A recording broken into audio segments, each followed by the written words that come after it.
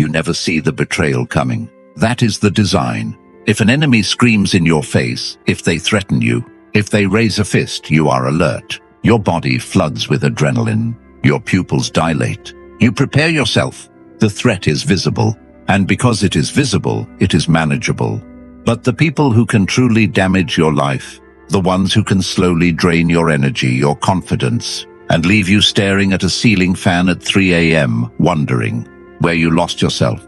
They don't scream, they whisper. They don't frown, they smile. Robert Greene has repeatedly warned that a person who assumes everyone around them operates with conscience and morality will eventually be manipulated by those who do not. Read that again. If you are operating under the assumption that everyone around you has a conscience, you are not kind. You are vulnerable. Most of you are walking through a jungle with your eyes closed, believing it's a garden. You are projecting your own empathy onto manipulative people who view your emotions not as shared experiences, but as buttons to press. Today we are going to examine the 3 most dangerous personality types you may encounter. These are not the criminals on the news. These are the people sitting next to you, the people signing your paychecks, the people you call friend. I'm going to show you the cracks in their mask. I will give you the awareness to notice what is hidden in plain sight. But be warned, once you learn to spot these types, you will never be able to unsee them. You will look at your circle and realize you have been trusting the wrong people. Before we dissect the 3 archetypes, you must understand the environment. We live in a culture that fetishizes authenticity. Just be yourself, they tell you. Be vulnerable. This is terrible advice. Robert Greene understood that human interaction is theater. The most dangerous individuals in history didn't look like monsters. They looked like saviors. They mastered the art of appearance. Robert D. Hare, the pioneer of psychopathy research, called this the mask of sanity. It is camouflage so perfect that it blinds your intuition. Why do you miss the red flags? Because you do not want to see them. To acknowledge that someone you love is a predator requires you to admit 2 painful truths. 1, that you were fooled. 2, that the world is colder than you hoped.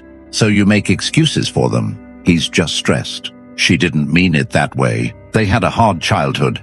You are rationalizing your own destruction. The 3 types I am about to show you rely on this rationalization. They need your benefit of the doubt to survive. Let's strip that away. The first type is the most difficult to spot because they hide behind the ultimate shield, virtue. I call this type the benevolent saboteur. In the corporate world, they are the concerned middle manager. In the family dynamic, they are the martyr. In Robert Greene terms, this is the fox disguised as the shepherd.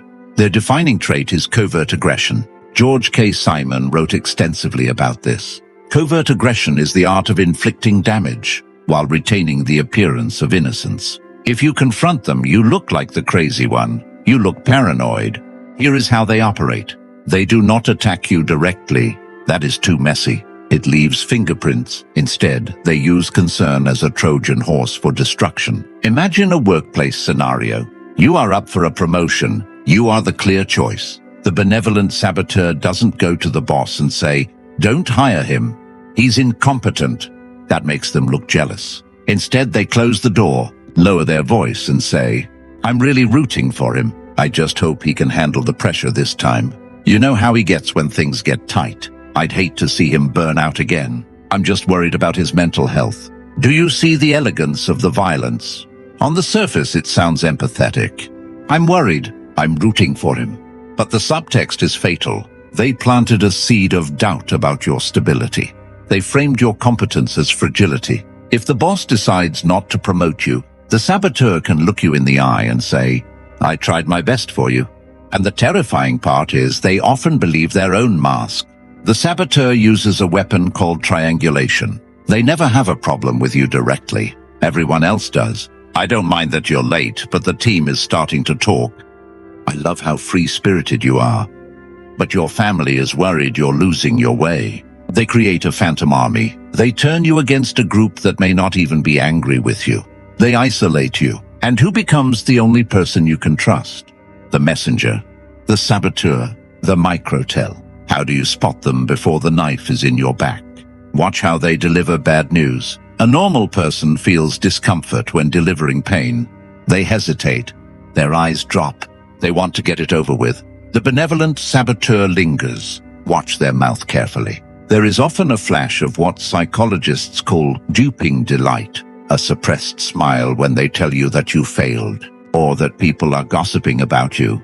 They feed on your emotional reaction. They want you to break down so they can comfort you. Why? Because when they are comforting you, they are above you. It is a power dynamic. They do not want to destroy you completely. They want to clip your wings just enough so you never fly away from them. They need you broken but functional, a pet. If you notice someone whose help always leaves you feeling smaller, whose advice always makes you question your own sanity, run. This is not love, this is ownership. The second personality type is louder but equally misunderstood. We assume people want peace. We assume everyone wants a calm, stable life. This is a fatal projection. There is a subset of people who are allergic to peace. Their nervous system is wired differently. Silence feels like death to them. They need high-intensity emotion to feel alive, even if that emotion is negative. I call this type the entropy engine. You know this person. When they enter a room, the temperature changes. There is always a crisis, a medical emergency that doesn't add up, a feud with a neighbor, a stolen wallet, a treacherous ex-lover. Every day feels like the season finale of a drama series where they are the star. In Dangerous Personalities, Joe Navarro discusses unstable personalities. But the entropy engine is more specific. They do not simply suffer from chaos. They manufacture it. Why? Because chaos creates a vacuum of logic. And inside a vacuum of logic, the loudest emotion wins. If you are calm, rational, or stoic, you are the perfect target for the entropy engine. You become the fuel. They do something irrational, and you immediately try to make sense of it. Why did you spend the rent money? Why did you tell my secrets to a stranger? You spend hours explaining, arguing, pleading, trying to use logic while they become energized by your exhaustion. They feed off your regulation. They are vampires of stability. The mechanism is the shifting goalpost. You cannot win an argument with an entropy engine because the argument was never about the topic. It was always about the adrenaline. If you prove them wrong on point A, they instantly pivot to point B. Maybe I didn't pay the bill. But remember 3 years ago when you looked at that waitress? You clearly never loved me. It is dizzying by design. Psychologists sometimes call this word salad, a chaotic stream of accusations, projections, and irrelevant details designed to short-circuit your critical thinking. Robert Greene explained that control is often maintained not through strength, but through emotional destabilization. The entropy engine uses exhaustion as a weapon. They wear you down until surrender feels easier than resistance. Fine, you're right. I'm sorry. Just stop screaming. And in that moment, you hand them your sovereignty. The warning sign, the entropy engine often reveals themselves early, but you mistake it for passion or intensity. They will tell you, I hate drama. Rule of thumb, anyone who feels the need to announce that they hate drama is almost certainly the source of it. They will have a history of crazy exes. If one ex was crazy, that's bad luck. If all their exes were crazy, you are looking at the common denominator. They will test your boundaries with small bursts of disrespect, disguised as jokes or accidents. They show up an hour late. They forget your wallet. They make a scene in a restaurant. They are calibrating. They are checking to see how much chaos you will tolerate.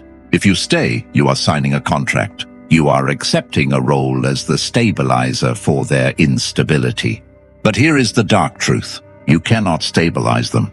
You are a bucket trying to fill a black hole. The more love you pour in, the more it disappears. And eventually, when you are empty, when you are a shell of your former self, they will discard you. Why? Because you are no longer fun. You are boring. You are depressed. They will move on to a fresh, full battery, and they will tell the new person that you were the crazy one. Take a breath. I want you to pause the video in your mind for a second. Is there a face that appeared in your head while I was describing these two types? A coworker, a partner, a family member. That tightness in your chest. That is your instinct trying to break through years of conditioning. You have been told to be nice. Niceness is a social construct. It is compliant. It is agreeable. Robert Greene argues for effectiveness, capability, and psychological awareness. Being nice to a predator does not make them nice, it makes them well-fed. The third type we are about to discuss is the rarest, but by far the most lethal. The first two types, the saboteur and the entropy engine, are driven by human needs: power, attention, validation. The third type is different. They don't want your validation. They don't have a need in the way you understand it. They are hollow, and because they are hollow, they can become whatever you need them to be until it is too late. This is the type that breaks the strongest men and women. This is the type that leaves no bruises, only ghosts. Let's descend to the bottom of the well. The third type is the Robert Greene ideal realized in the darkest possible way. I call this third type the mirror. In clinical terms, you might see overlap with the psychopath or the extreme narcissist. But the mirror describes the methodology more than the diagnosis. The mirror has no fixed identity. The 48 Laws of Power talks about the power of formlessness, the ability to adapt, shift shape, and never become fully defined. Most people are rigid. You have preferences, morals, political views, hobbies. The mirror has none of these, or rather, they have all of them depending on who they are sitting across from. When you first meet the mirror, it feels like destiny. It feels like magic. You love 19th century French poetry. I was just reading Baudelaire. You felt abandoned by your father. My childhood was exactly the same. You hate corporate culture. I've been planning to quit and live in a van too. You think you have found your soulmate. You haven't. You have found a reflection. They are data mining you. In the early stages called the love bombing phase, they are downloading your personality. They are studying your micro-expressions. They are learning your deepest insecurities and your highest desires. Why? To build a custom-made mask that fits perfectly over your expectations. The mirror gives you exactly what you feel you were denied in life. If you were neglected, they give you obsessive attention. If you were controlled, they give you wild freedom. If you felt stupid, they treat you like a genius. This is not affection. This is seduction, and as Robert Greene repeatedly warns, people are often so desperate to believe in the illusion. They ignore the deception standing directly in front of them. The trap begins once they hook you.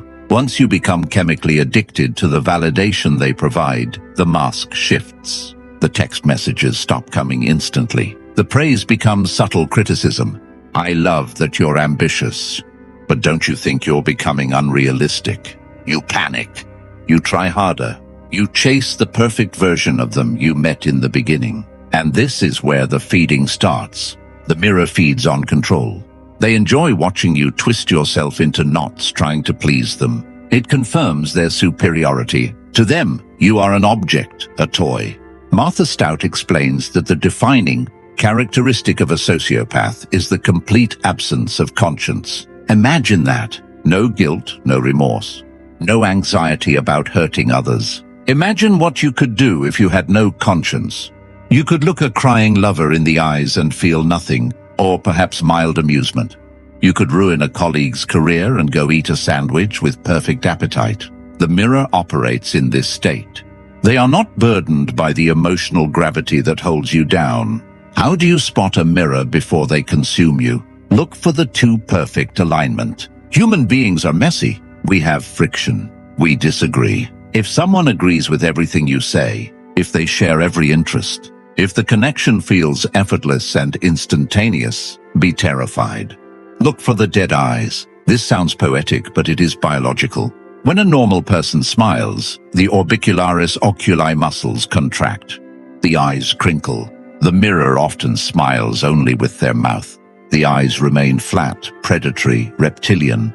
They are watching you react to the smile. Look for the history of reinvention. Does this person have long-term friends, or do they have a series of disconnected lives that never touch each other?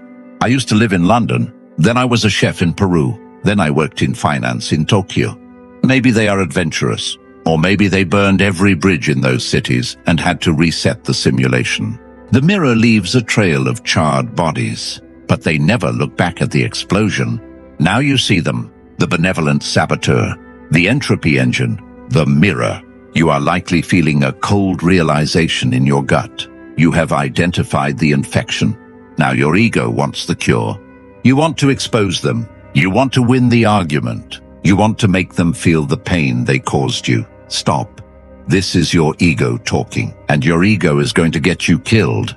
You cannot win against these personality types. You cannot fix them. You cannot expose them without getting mud on your own soul. To fight a pig, you must get in the mud. The pig likes the mud. You do not.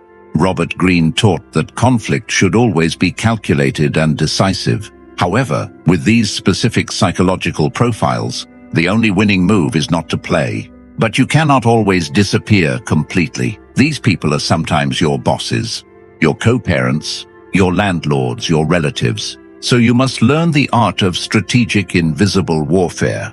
You must become unpalatable. You must become a ghost while you are still in the room. Here is the playbook. The first strategy is well known in survivor circles, but rarely executed with enough precision. It is called the gray rock method. But I want to teach you the Robert Greene version. Standard gray rock means being boring. Robert Greene's style gray rock means becoming a psychological void. These types, especially the entropy engine and the mirror, feed on supply. Supply is emotion. It doesn't matter if you are screaming, "I hate you," or crying, "I love you." To them, it is the same currency. Attention, confirmation that they still control your nervous system. Every time they provoke you, they are handing you a hook. They are waiting for you to bite. Do not bite. When the saboteur whispers a passive-aggressive insult, do not defend yourself. Do not become emotional. Simply look at them. Pause for 3 seconds and say, "Okay," then return to your work. When the entropy engine creates another dramatic crisis, respond with calm neutrality and walk away. Flatten your emotional expression. Monotone voice. Minimal eye contact. No interesting reactions. Become as emotionally stimulating as a gray rock in a driveway. How was your weekend? Fine. Did you hear what they said about you? No. You are starving the beast. A predator always calculates energy versus reward. If you provide zero emotional reward, eventually you stop being worth the hunt. They will escalate at first. They will push harder. They will test your limits, trying to force emotion out of you. Hold the line. Eventually, the predator becomes bored and moves toward easier prey.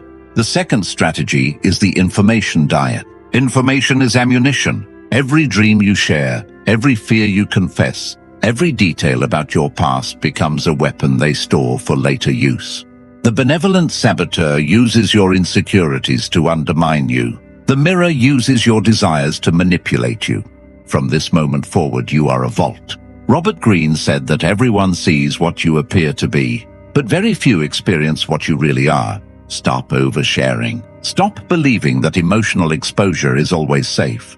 If you are dealing with these personality types, they should not know your next move, your financial situation, your relationship problems, or your deepest fears. When you speak, speak in generalities. Use what military strategists call the fog of war. Be vague, be unreadable. If they ask, "What are you planning for your career?" you say, "I'm keeping my options open." If they ask, "Are you angry with me?" you say, "I've just been busy." You deny them the data they need to construct a psychological model of you. Because if they cannot predict you, they cannot control you.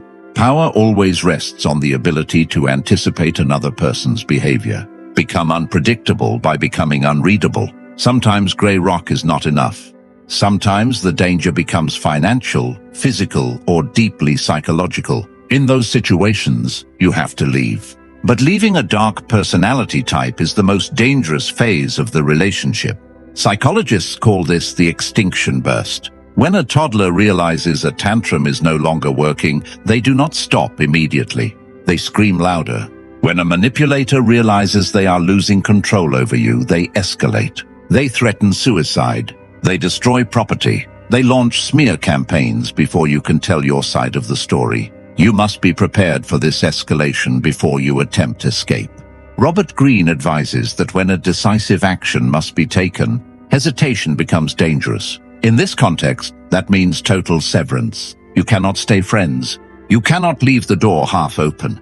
You cannot meet for one last coffee to get closure.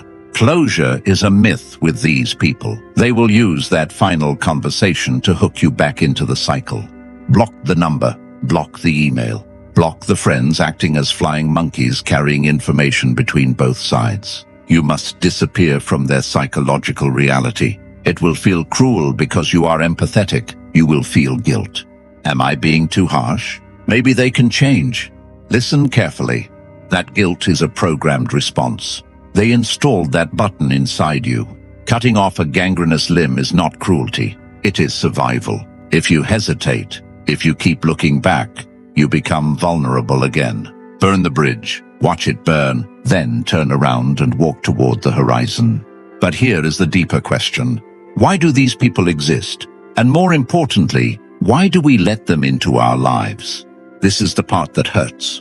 Most people think they attract manipulators simply because they are too nice. That is not the full truth. We attract these types because we carry unresolved voids inside ourselves. The mirror can only reflect what already exists in front of it. If they appeared to you as a savior, it is because some part of you was desperate to be saved. If the entropy engine trapped you with drama, it may be because peace felt unfamiliar or empty to you. These predators are not only enemies. In a dark and painful way, they are teachers.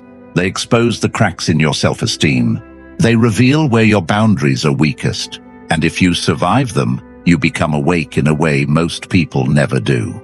You realize that trust is not a gift you hand to strangers. It is a loan that must be repaid with consistency and character. You realize that empathy without boundaries becomes self-destruction. You stop searching for a savior. You become your own protector. The world is not a nursery. It is a landscape of competing interests. Most people are good, but the people who are not, they are the ones who shape your life the most. There is a Japanese art called kintsugi. Broken pottery is repaired with gold instead of hiding the cracks. The damage becomes part of the beauty. The object becomes more valuable because it was broken. You have been broken. Now fill the cracks with gold. Learn the lesson. Close the door and never let them back in again. But here is the thought I want to leave you with tonight. The thought that should keep you awake. We spent all this time analyzing them. The manipulators, the predators, the monsters. It feels good to point the finger. It feels safe. But Robert Greene warns that the desire for control exists in every human being. Under the right pressure, the right fear, the right justification, almost anyone can cross the line. So the real question is not only what kind of people exist around you. The real question is, what kind of person are you capable of becoming? Are you the saboteur hiding envy behind concern? Are you the mirror changing shape to manipulate people into loving you? The line between victim and villain is thinner than most people realize. And the most dangerous lie is often the one a person tells themselves while staring into the mirror. If this opened your eyes, understand that this is only what I can say publicly. There are aspects of dark psychology and human behavior that platforms bury the moment they appear. If you are still here, you already think differently than most people. Subscribe if you haven't. Most people will scroll past this. That is the point.